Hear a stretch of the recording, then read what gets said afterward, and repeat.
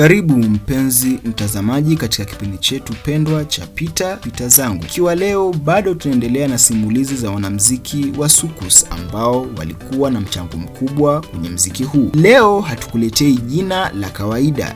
Leo tunakuletea historia iliyo hai, sauti iliyobaki nyuma ya pazia lakini ikaiongoza dansi ya Afrika. Toka Kinshasa, moyo wa rumba, hadi Paris, mji wa ndoto za Soukous. Huyu alikuwa si mpiga gitaa wa mbele, lakini bila yeye wimbo usingesimama. Mpiga rhythm gitaa aliyefanya midundo itembee, aliyefanya rumba izungumze na Soukous ivuke mipaka. Leo ndani ya kipindi hiki tunafungua kurasa za maisha yake, mchango wake na urithi wake kwa muziki wa Afrika. Huyu ni Lokassa Yambongo. Akinasi kwa sababu hii si historia ya kusimuliwa haraka, urithi wa kusikilizwa taratibu.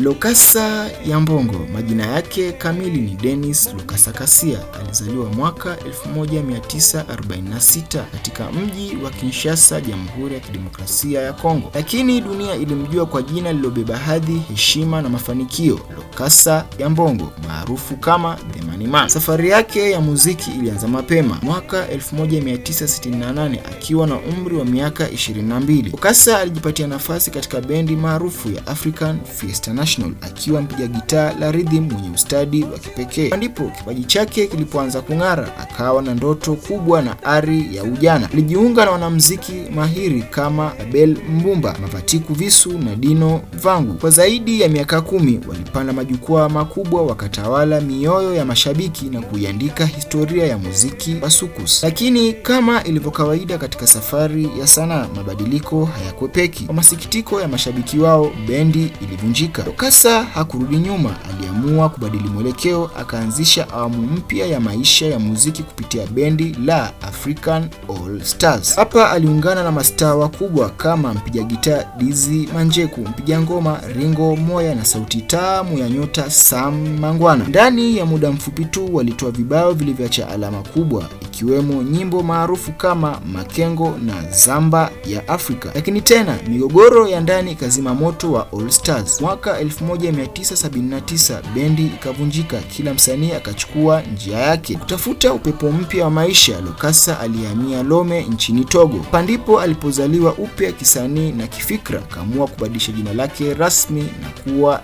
Lokassa Yambongo, jina lililoakisi thamani, mafanikio na hadhi yake. Akiwa nchini Togo alifanya kazi na vigogo wa muziki kama Niboma Mwandido, Siria Mbeza na wasanii wengine wakubwa wa Afrika. Mwaka 1982 African All Stars wakafanya kuungana tena. Lokassa akaungana na Manjeku, Sam Mangwana na Ringo Moya na wakatoa wimbo uliotikisa mashabiki, Born End. Lakini roho ya Lokassa haikuwahi kutulia. Safari ikampeleka nchini Ufaransa katika mji wa Paris, ambako alijenga jina kubwa kama season guitarist wa daraja la dunia. Alicheza na kurekodi na mastaa kama Abeti Masikini, Kanda Bongoman na Pepe Kale. Kisha mwaka 1989 historia mpya ikaandikwa. Ushirikiano na mtayarishaji mashuhuri Ibrahim Saila pamoja na mwimbaji Belokanta, kikundi cha Soukous Stars kikazaliwa. Kikundi hiki kilijumuisha majina makubwa kama Lokassa Yambongo,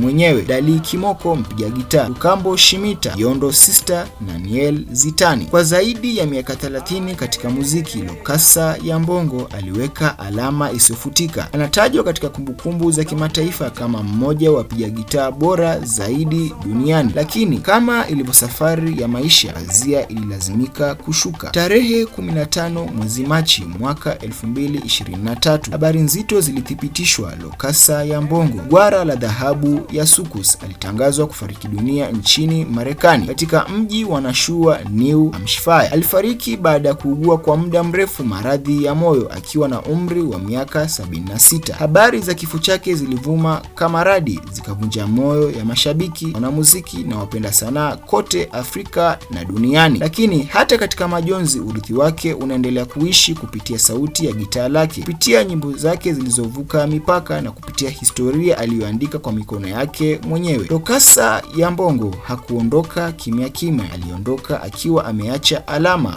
urithi na hadithi itakayohadithiwa kizazi hadi kizazi. Pumzika kwa amani, Maniman. Sauti ya gitaa lako litaendelea kuzungumza milele. Na hapa ndipo tunafunga simulizi ya leo, simulizi iliyoandikwa kwa sauti ya gitaa na kuhifadhiwa katika historia ya soukous ya Afrika. Hapa Shafaa Media tunasimama kwenye msingi ya kanuni za uandishi wa habari, usahihi wa taarifa, uwiano wa vyanzo na heshima kwa historia na wahusika wake. Dhamira yetu ni moja: kuchunguza, kurekodi na kukuza historia ya muziki wa soukous ili urithi huu usipotee, bali uendelee kuishi kwa vizazi vya sasa na vijavyo. Kwa niaba ya Shafaa Media, mimi ni Shaaban Farjala aka Mwana Soukous. Kama umependezwa na simulizi hizi za wanamuziki wa soukous, usikose kulike, kushare na kusubscribe ili tuendelee kukuletea hadithi za ukweli zilizopakiwa kwa weledi wa kiwanahabari na ladha halisi ya muziki Kiafrika. Mpaka wakati mwingine, muziki uendelee na historia isisahaulike ya muziki wa soukous.